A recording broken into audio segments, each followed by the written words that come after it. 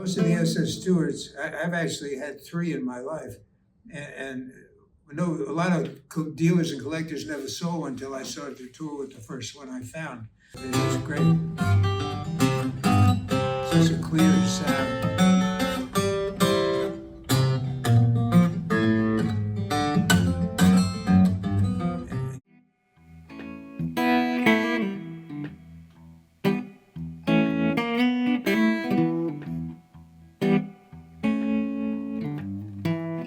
All right, I'm playing today a 1931 Gibson-made SS Stewart Professional. That's what it says on the label.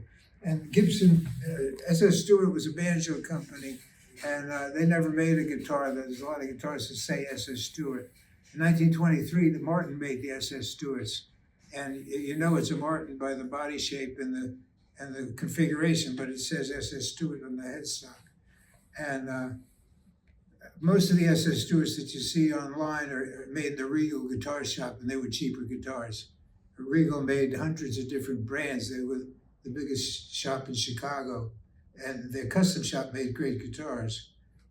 When Gibson made the first, the Nick Lucas came out in 1929, and that was a deep version of this body shape.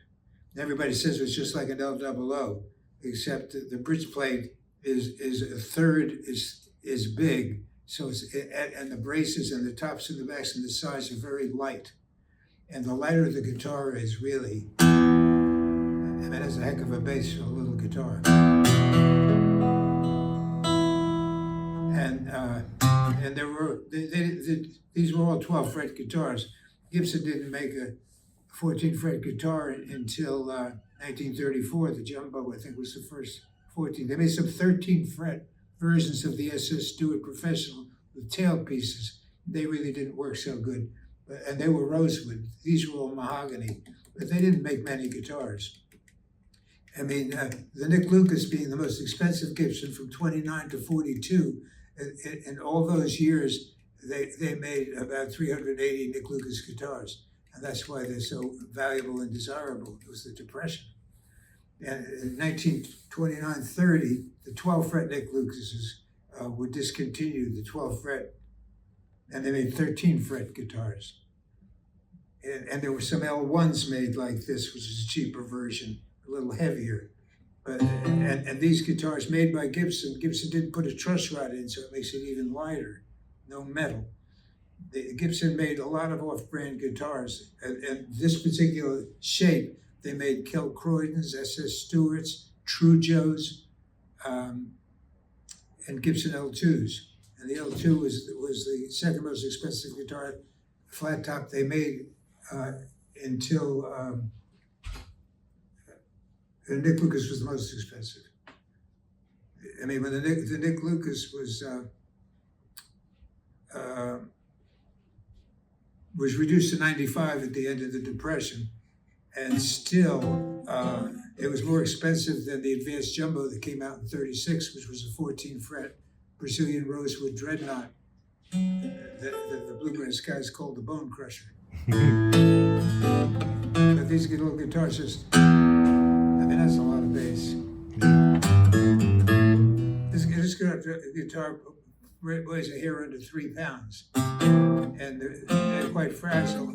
And most of the SS Stewarts, I've actually had three in my life, and no, a lot of dealers and collectors never saw one until I started to tour with the first one I found. And many of them had a music sticker, store name. This one had a label from Saskatchewan, Canada. I think most of them were sold in Canada. But it was great. Such a clear sound.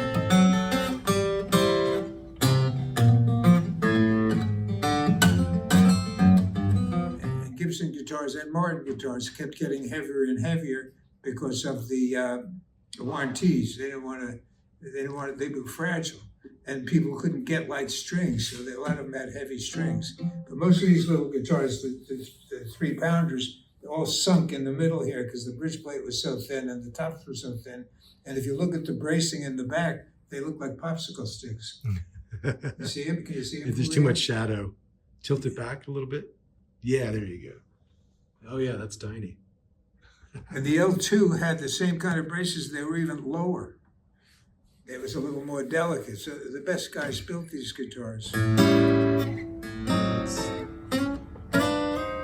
Can we hear a little of it? Why don't you play something?